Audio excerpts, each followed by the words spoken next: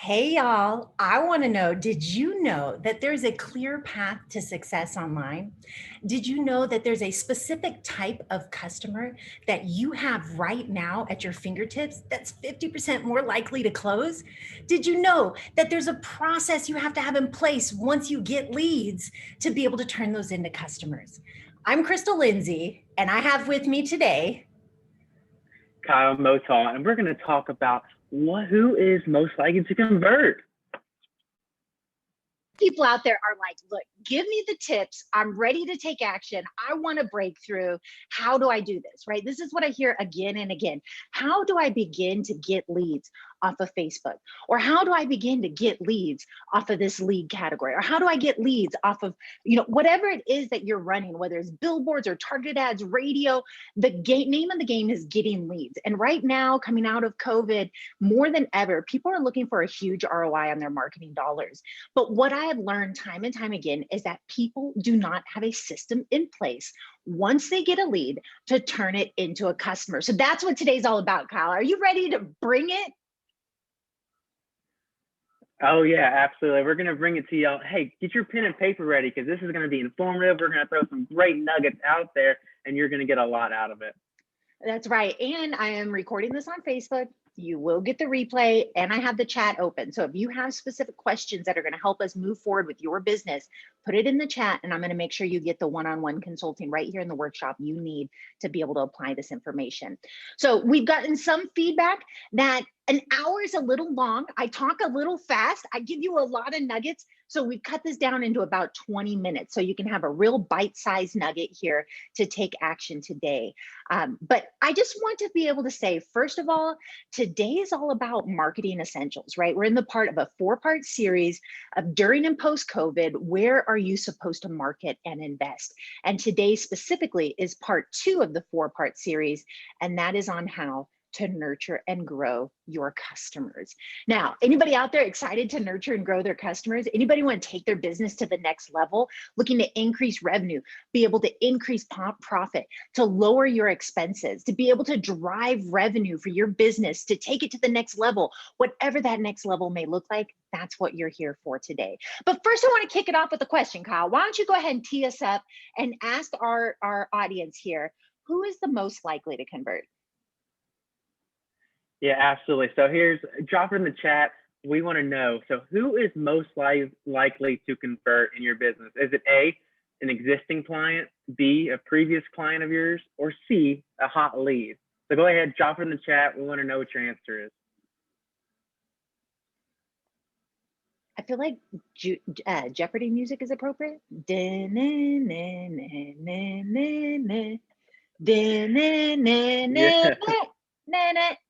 All right, let's see. All right, so we got Kathy. She's saying the previous client.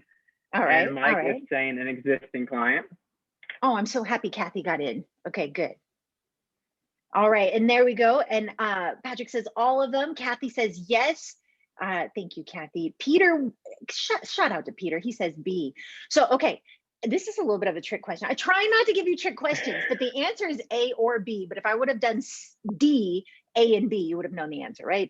So yes, the answer is all of the above. Sure, all of them are likely to convert if it's a hot lead, but nothing, and I mean nothing, is going to set you up for success like somebody who's already done business with you. So if they're a current client with you and they're doing business with you, then they're going to be somebody who's a likely candidate to be able to convert. If it's a previous client, they've gone through that journey with your experience of being onboarded and getting whatever product or service you have, those are the ones who are most likely. So if I had to choose between A or B, studies show previous clients are the ones because they've already had that positive ending to their journey. But existing clients are right on their tail, and hot leads are a far third. Is anybody shocked that a hot lead is third? I mean, look, we're marketers all day long. We drive leads for clients, and that is the precipice of this training. We get clients leads. I had one client, we were able to get over 550 leads in a campaign in 1 month. And when I came back to renew, they said they didn't know if it worked. What? You didn't know if it worked? I got you 550 leads in 1 month, like lead contact information. You don't know if it worked. And when I drilled down on it, they did not have a process to take them through that journey. They just got the lead. They didn't call them or email them once after paying money for this campaign. And I vowed to myself, this would never, ever happen again. So today is about giving you a clear path to success. I want you to understand first that you have a 50% more likely chance to convert a current customer than a prospect. And again, current customer being previous customer as well, right? But somebody who's already done business with you is more than double times likely to convert than a prospect, even if it's a hot lead. So really, really let that sink in. So today's training is really twofold. I want to help you be able to nurture and grow your customers that you already have on your Rolodex. And I want you to attract new customers, but have a process that turns those new leads into customers. So today's a 2-for-1. If you're out there and you're like, look, it's my existing sphere, I need to leverage my existing sphere, I got you. And if you're saying, look, I just need new leads, I got you too, because you need new leads, but you need a system to cultivate and nurture those leads. Is that right, Kyle?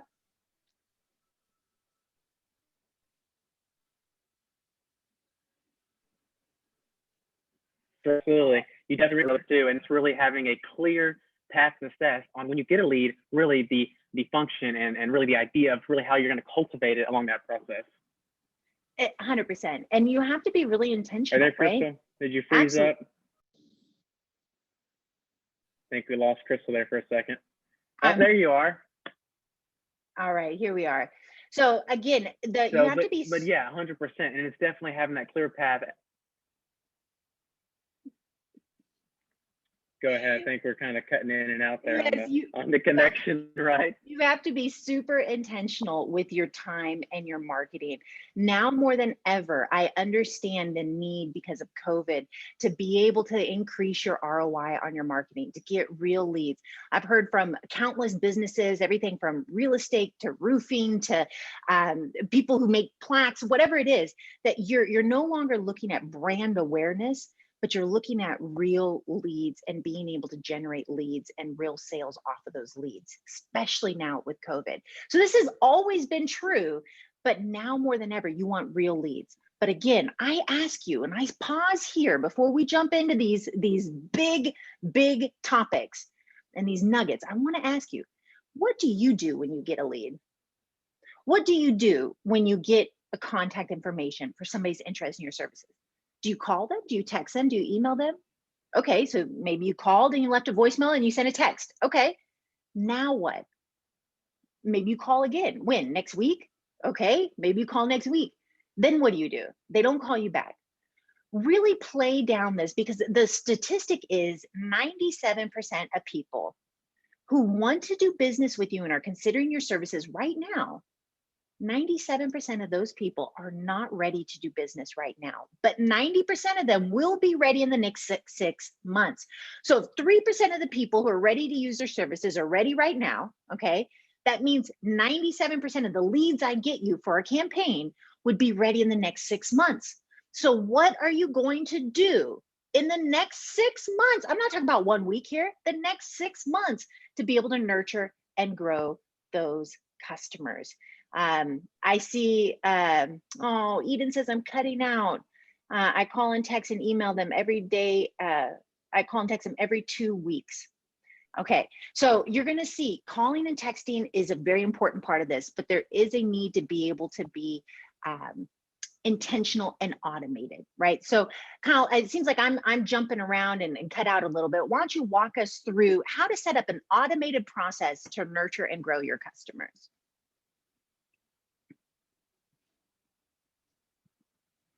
Yeah, absolutely. So that you bring up a really good point. And like once you get that lead, you have an hour gap.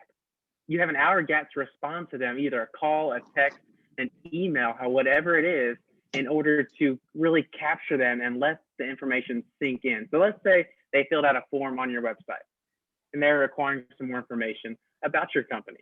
Well, studies have shown that if you don't contact them within that hour after they submitted it, they are less likely to remember they even put in the form. And so let's say you contact them a week later, well, they may have already made a decision, or they have already thought of a different company. And so really that 1 hour is so crucial in order to capture that hot lead.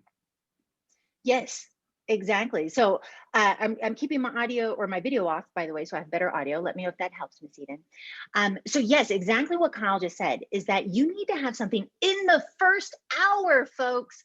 Really let that be a wake up call, because yes, calling and texting every week and every 2 weeks or whatever it is good for a long-term strategy to keep top of mind with awareness. But studies show people, on average, about 40% of people forget they even requested information at the 1 hour mark. So if you don't have an automated system in place right away in that first hour, you lose 40% of the leads who requested more information. Really let that sink in. So we're going to go through this 4-part series here. We're going to talk about sales funnel creation, right? Which is how you store and access and generate those contact information.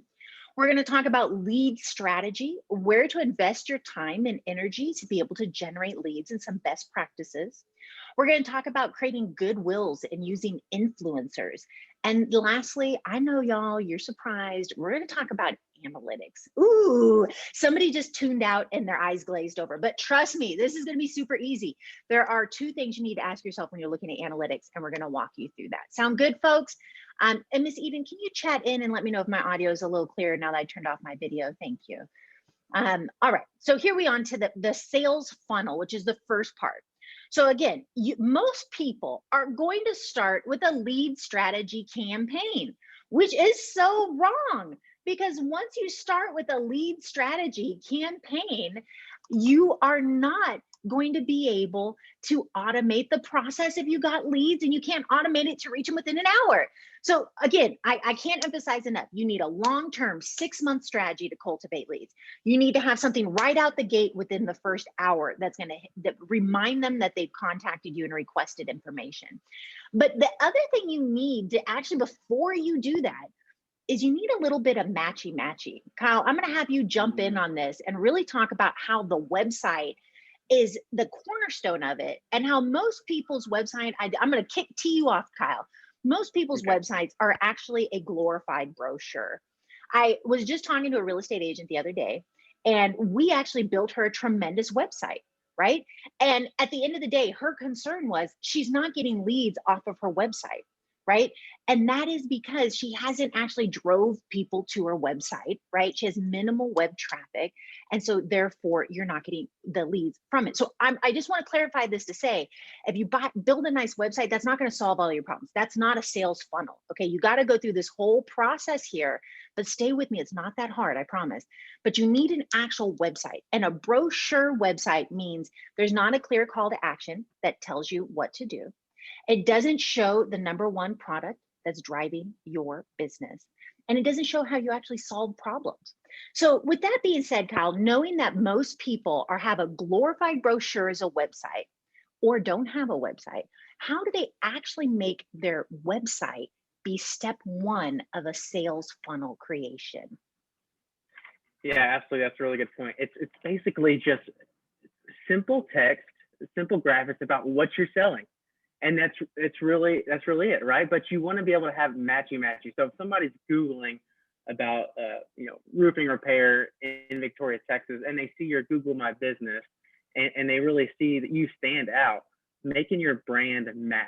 So making your brand match on your Google My Business, from your social to your website, is really important. And that really builds that trust to the consumer that they are in the right place. But also on your website is making it to where it's very clear and concise on what you're selling. How are you going to fix their problems?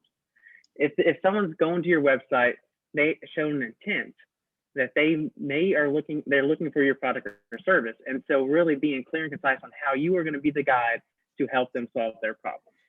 So Kyle, I love this. I'm gonna jump right on exactly what you said, and we're gonna make it super simple. Okay, super, because everything you said is exactly right. If you're listening to this, I know we've got some people who are doing custom vehicles. We've got real estate. We have office space. We have people in multimedia and marketing. A couple other people as well. But if you're listening to this and you say, "Okay, I hear you, Kyle. Okay, Kyle, I hear you. But what do I do?" This is what you need to answer right now. Ask yourself this question. Do I have one page on my website that promotes the exact product or service that I want people to buy, that I'm going to run ads for? You'd be surprised. Most people cannot say yes to that. Two, on that page, if you have it, is there a place for people to put in their information? And are you telling them to put in their information to learn more? And that could be a form. Three, did you think intentionally about the problem your ideal client faces and what you offer them? So in that case, if you're a real estate agent and you're looking to get more listings, then you would want to have one page on your website talking about how you work with sellers. And on there, you want to say, are you struggling to get top dollar for your home? Do you want to be able to get multiple bids to be able to, get your next dream home? Great, fill out the information below. It's that simple. Okay, so just exactly what Kyle said. Are you the guide? Are you solving their problems? All of that. Do you have that page? Do you know what problem you're solving? And is there a place to put in their information? And does it match the ads you're going to create? We'll come back to that, but I'm planting that seed. All right, next up in step 2. So now you got a page on your website that's designed for the product or service you want to sell. Now you're going to create some content. Now, there's a really great statistic here. I'm going to tee you up, Kyle, is that 86%, Kyle kind of chuckles because he knows I love this statistic. Video, right? 86% of people right now, this is a COVID statistic, are at home watching videos to determine who they're going to work with, then reaching out. So however many years ago, you would get somebody who would request information from you, and you would explain this or that and answer a couple of questions, and they'd call somebody else and ask similar questions. And at the end, they'd make a decision. People are unwilling to call you right now.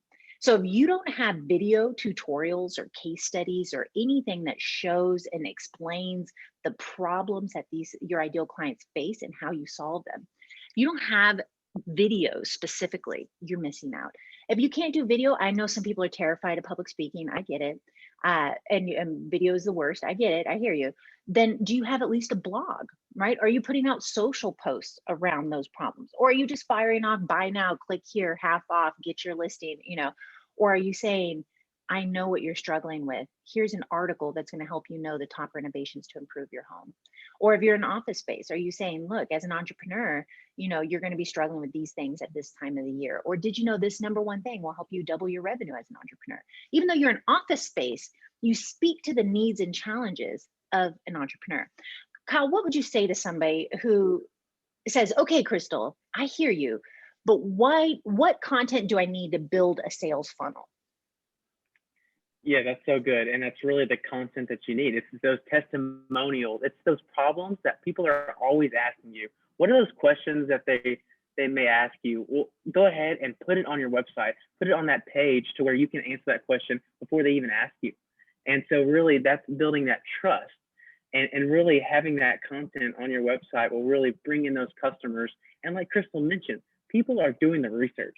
They're going online, they're visiting websites, they're looking at videos, and why not have your website the ultimate source for that product or service? So let's take, for example, a vehicle dealership.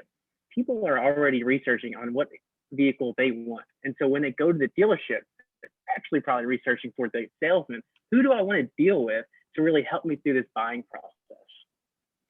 100%. And so again, to really dumb this down, I don't mean to say dumb it down, but to oversimplify it, if you can identify the questions your ideal client would ask you for that specific product or service when you first meet them to set the appointment, or when you go to get them to sign and secure your product or service, what are the questions you hear again and again and again?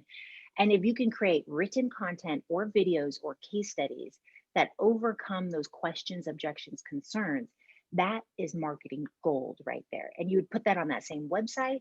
You could use that in your actual ad to attract people in. You could post it on social to drive people to your website. The sky's the limit where you put that content, but make sure you have content related to the questions and FAQs for that top product or service. All right, so now you're building this out, right? And again, this could be as simple as you add one page to your website and you put on there a video or FAQs. Okay, so we're that far in, right? Again, not major life-changing stuff. Now I'm going to offer you to create a lead magnet. Now we run plenty of campaigns without a lead magnet, so this is not required, but I'm telling you right now, people are more likely to give you their contact information if you give them something for free, right? So if you give them a lead magnet that talks about how you are overcoming all of their concerns, or you know what they're dealing with and you're going to help them through it, now you actually have something that's called clickbait to put at the end of your fishing pole and fish out those ideal clients. And that could be a simple PDF, one page. When I had my own social media firm, especially in live video, I had a 10-step go live checklist. I got so many leads off of a 10-step go live checklist, and it was super basic, and people got so much value out of it. So again, don't underestimate how easy it is. People are at level 1, 2, 3 of understanding. You're at level 10. How do you make it as simple as 1, 2, 3 so that somebody who doesn't know your business or industry can take action?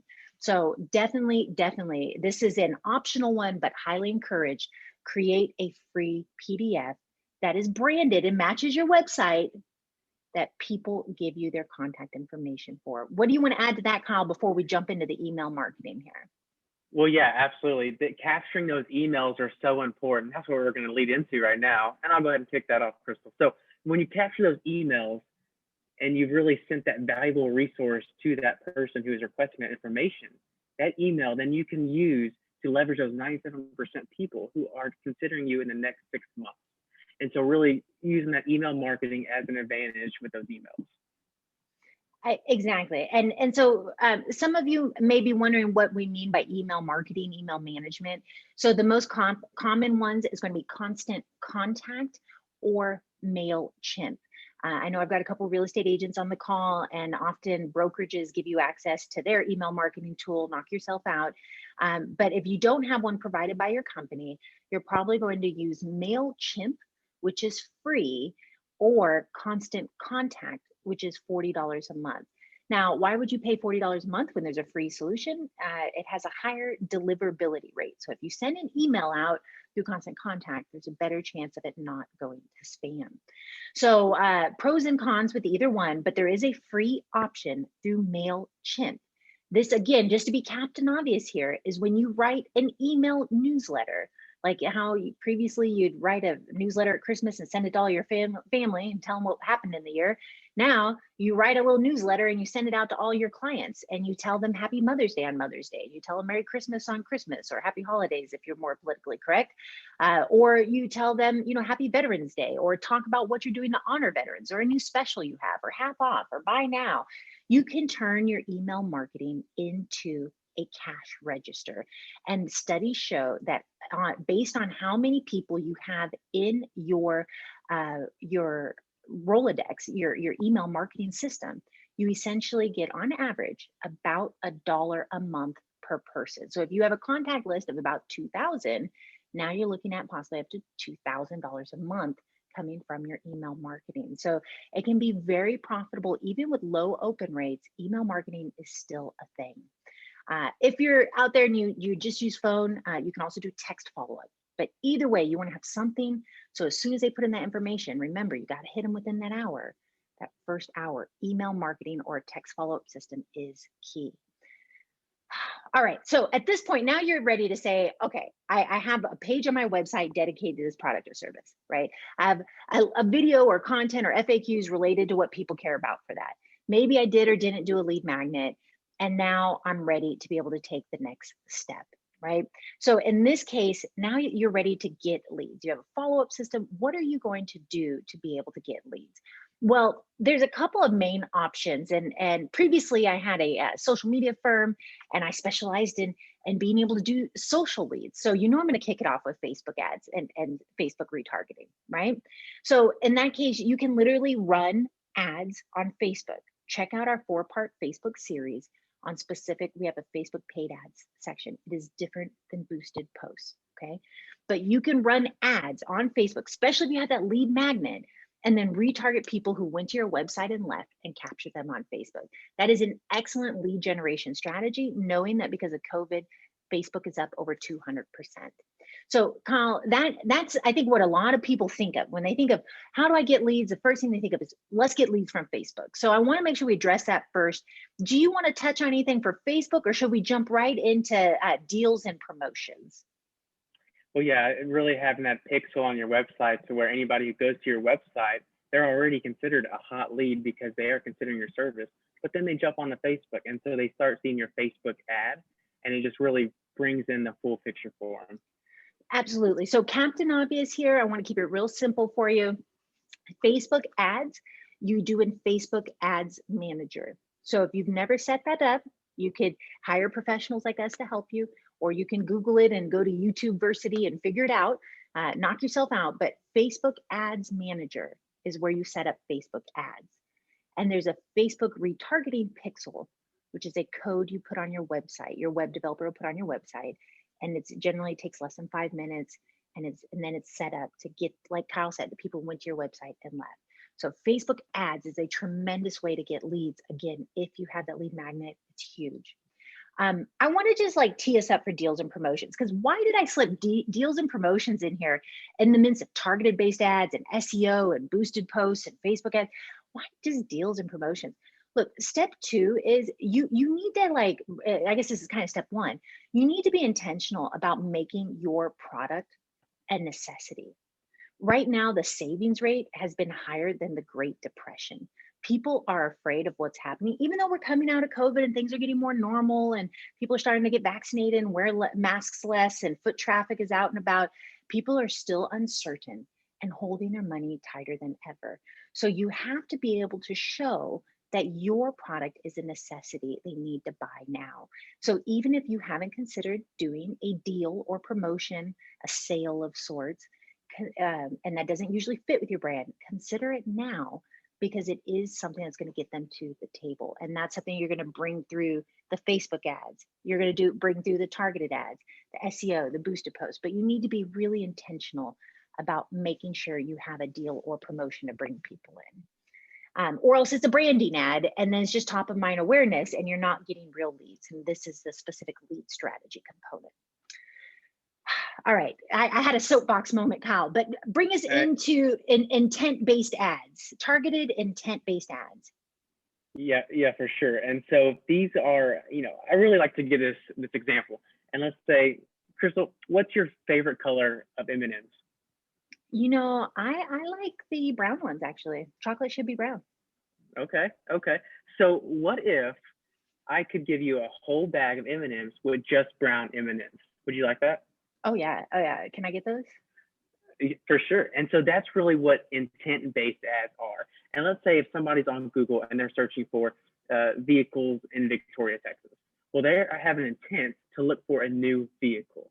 And so whenever they're searching online, they are showing that intent and they leave a digital breadcrumb across the internet. And you can actually target that person who is looking for that service or product. And so really, and then from there, you have an ad campaign that follows them around the internet. Well, so let's say they go to weatherchannel.com, they go to Walmart, they're going to these different websites. They start seeing your ad and it's following them around the internet. It's so good, folks. I can't emphasize enough that just even 5 years ago, Fortune 500s were the only ones who had access to these tools. And you had to spend hundreds of thousands of dollars to be able to get access to it. And highly targeted, again, it's a little big brother, I call it out, right? But what Kyle's talking about is exactly what big businesses are doing. And so you may have seen this the other day. I was looking on Facebook. I got targeted for swimsuits. It's swimsuit season, y'all, And so I was like, oh, let me just look at this swimsuit. It's kind of cute. I wasn't actually going to buy it. I just looked. I have seen it everywhere. This swimsuit is following me around. So Facebook is doing this all over the place. And you would be surprised how many websites I've seen this exact swimsuit on. But Amazon does this too. Have you ever almost bought something on Amazon and then clicked out? They follow you around. So this is that site retargeting is what we're talking about, following you around.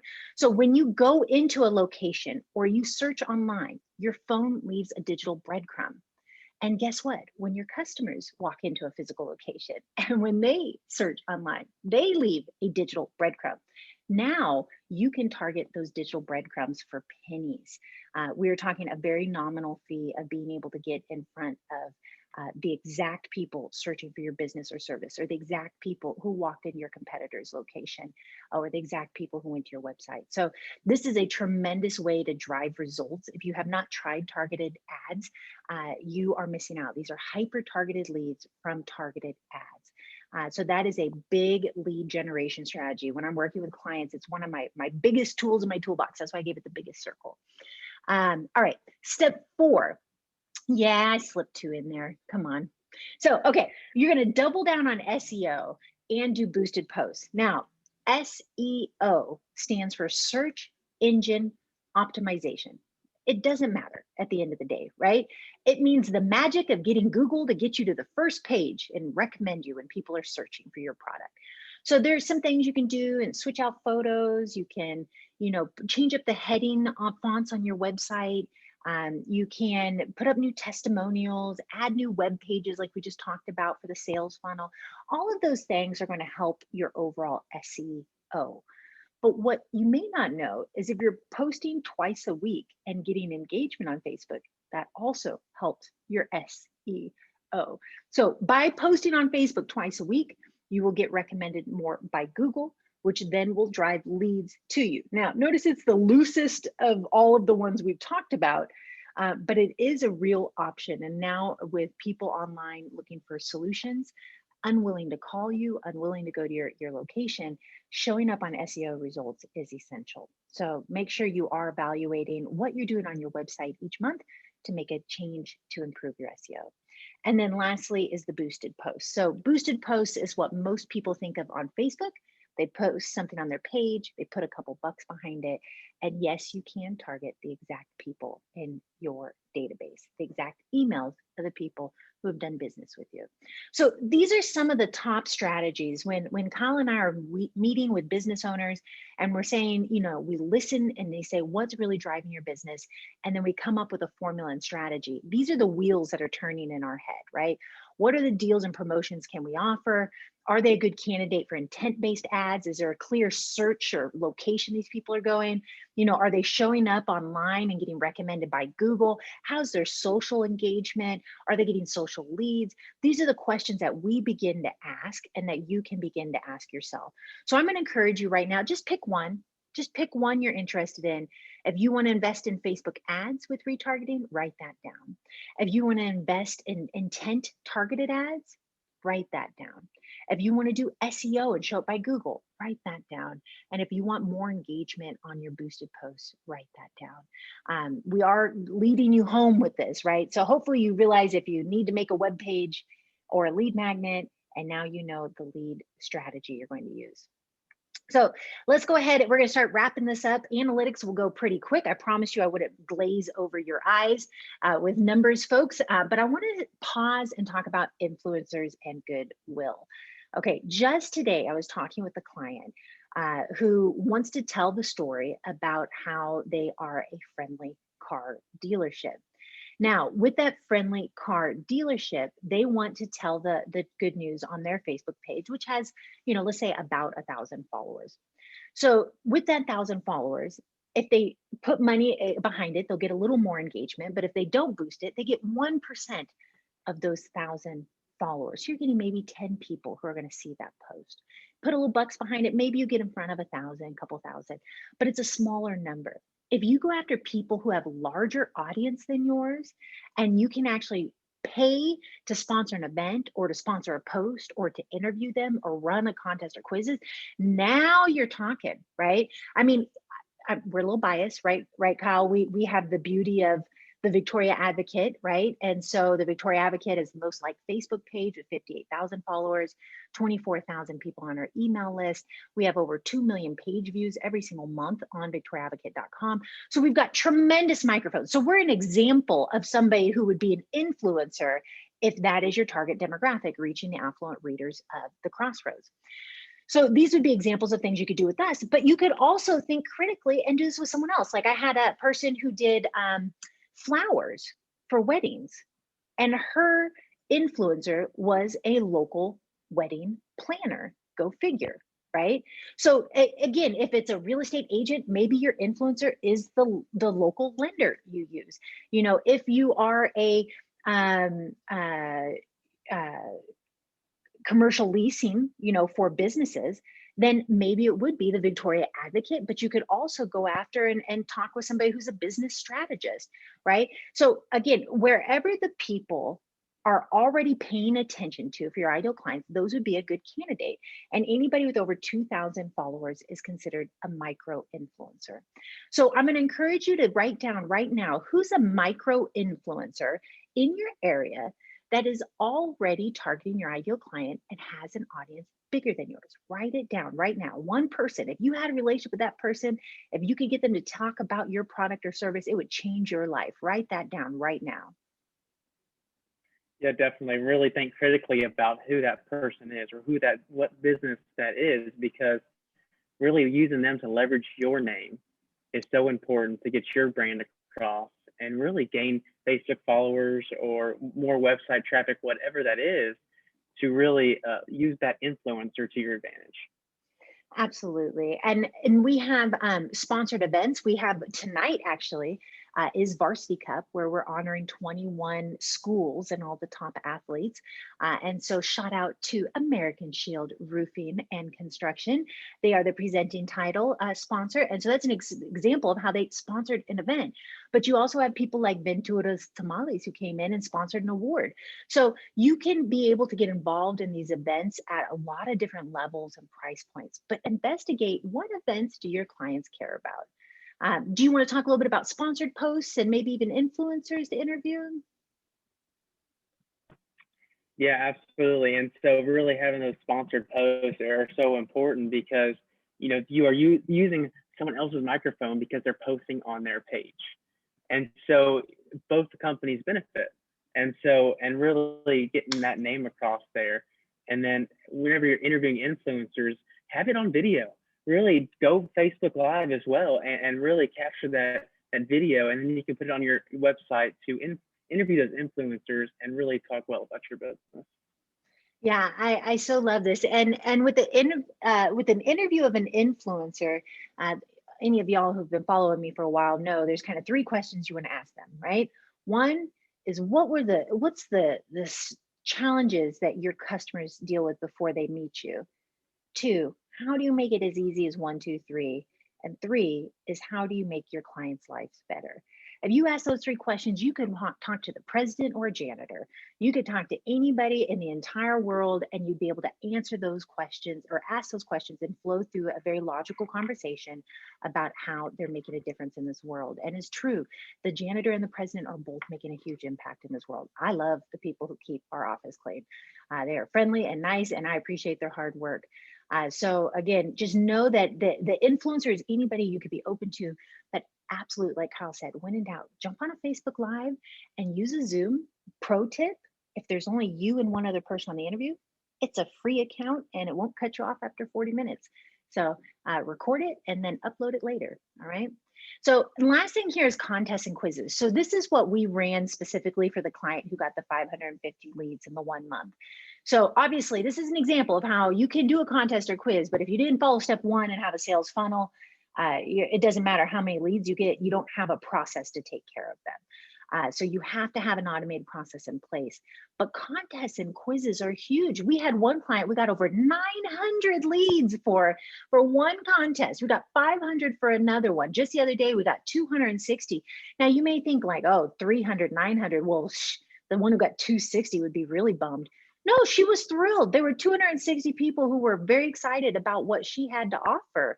So again, it's really up to you to come up with a contest or quiz, talk to an influencer who can help you promote a giveaway, and then be able to go after it and promote it. So just again, even if you haven't given a sale or promotion or reduced your pricing previously, consider a giveaway now and work with an influencer to get your microphone and get a large following to get aware of your services. I just want to, I'll put a little plug in there for what we do. For $1,000, we run a turnkey contest and give you $3,500 worth of marketing. So you get all of the leads, you get a qualifying question where you get to pick, have everybody answer, you get the leads in real time, and you get $3,500 in marketing. So it's a big win for you. I can't emphasize enough. So again, contest quizzes, influencers, sponsored Facebook posts, sponsored events, just get connected with an influencer and get creative so you can leverage audiences that are bigger than yours. Hopefully you wrote something down. Did you get a nugget out of that? Can somebody like put into the chat what they got so far? Because we're going to start wrapping this up, and I really want to hear what your nugget is from the training today. I promised you 20 minutes, but apparently we are very passionate. So we are wrapping it up. Here we go. So analytics. Now, I know for me, my very favorite class in college was Tai Chi, drawing, and statistics. Okay, I gave you 3 classes, but whatever. I loved it. I got an A+ in statistics. I loved statistics. Now, I understand that I am a rare bird. Most people do not love statistics. But what I want you to do is, you don't have to love statistics, but I need you to review and decide. I told you there are 2 things you need to ask yourself. One thing you need to ask yourself is, where am I getting my leads? Where am I getting my leads? Now, you know, some people run billboards. Okay, billboards. I'm not picking on you, billboards. Okay, I'm not. I promise. Billboards can be a great top of mind awareness tool, but it's hard to know you're getting a lead from them, right? So it can correlate maybe with a Facebook campaign. They saw your billboard and they were on Facebook. So, okay, I'm just offering this to say it's not black and white. It's not, clean cut. You can't just say, I got it from this place. I get that.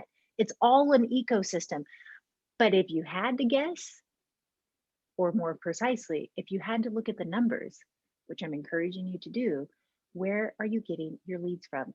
I was meeting with a client yesterday with Kyle, and got the big decision maker in front of us, and he's got his marketing person to the right of him, and the 4 of us are meeting. And at the end, the marketing manager opens up his Google Analytics, and he says, your leads are only spending this much time on the site. We do have this many people coming in, but this many people are filling out the form. He was able to get very precise and compare us against his other marketing programs. He knew where he was getting his leads from. Do you know where you're getting your leads from? Really think about that, because generally speaking, there is one marketing tactic that's driving 80% of your leads. What is that tactic? So write down where you're getting your leads. Go for it, Kyle. And that's so good, Crystal. And really evaluating across your marketing plan here. Like, where am I getting my leads? Where do I need to apply more of my marketing dollars to? Right? We want you to be as efficient as possible in your marketing plan, and really leverage that marketing spend to add the biggest ROI, right? To get the biggest return on your investment. And so really, when you evaluate that, do I need to put more money where my business is really thriving at? Exactly. Well, and that takes us right to the second question. Decide what's driving your business. So if you know what's driving your business is this specific product or service, and you can see where you're getting your leads from, then double down and invest your efforts in that location. Look, I could tell you all day long what to track, right? So for Facebook, you can almost disregard impressions. You just want to know how many people commented on it, right? Because comments drive exposure, and you can evaluate your effectiveness based on comments. If you're doing targeted ads on many of those tactics, I can show how many people walked into your physical location. Maybe that's an important part of getting people to walk into your storefront. And then you evaluate that this is what's getting me the most people to walk into my storefront. Therefore, what's driving my business is targeted leads with in-store conversion, whatever it is. But just be really intent about where you're getting your leads, and then deciding what's driving your business. And you can evaluate that very easily. If you want us to look at your analytics, if you have like Google Analytics or analytics from another agency or another campaign, or your marketing team, we can give you our 2 thoughts and be able to help you create a dynamic campaign and make those adjustments. But make sure you're looking. Don't not look at your analytics. So again, I promise you we're wrapping this up. I want to just emphasize the summary here. Hopefully today you got a lot out of this. I want you to double down on your efforts on existing customers. Hopefully you hear that loud and clear. as existing customers are the ones who are most likely to convert.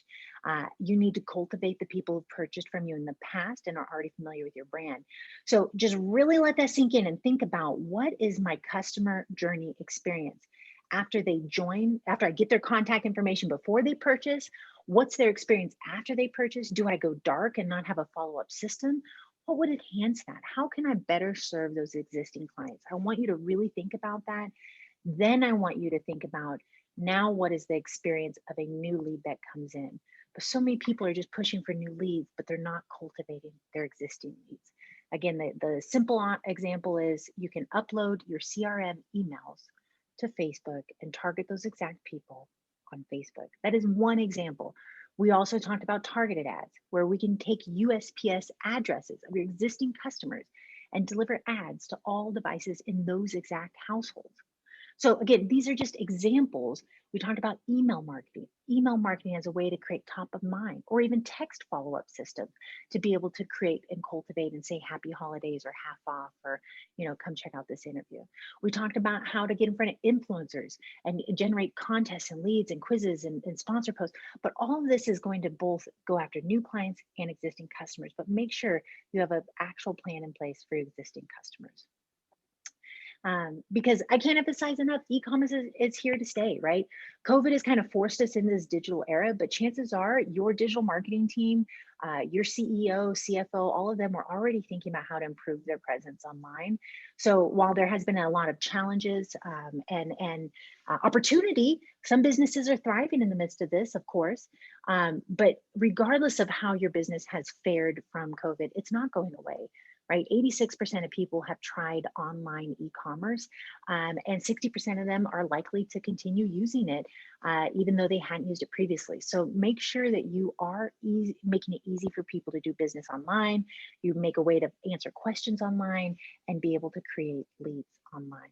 So Kyle, is there anything you want to say as we're wrapping up here?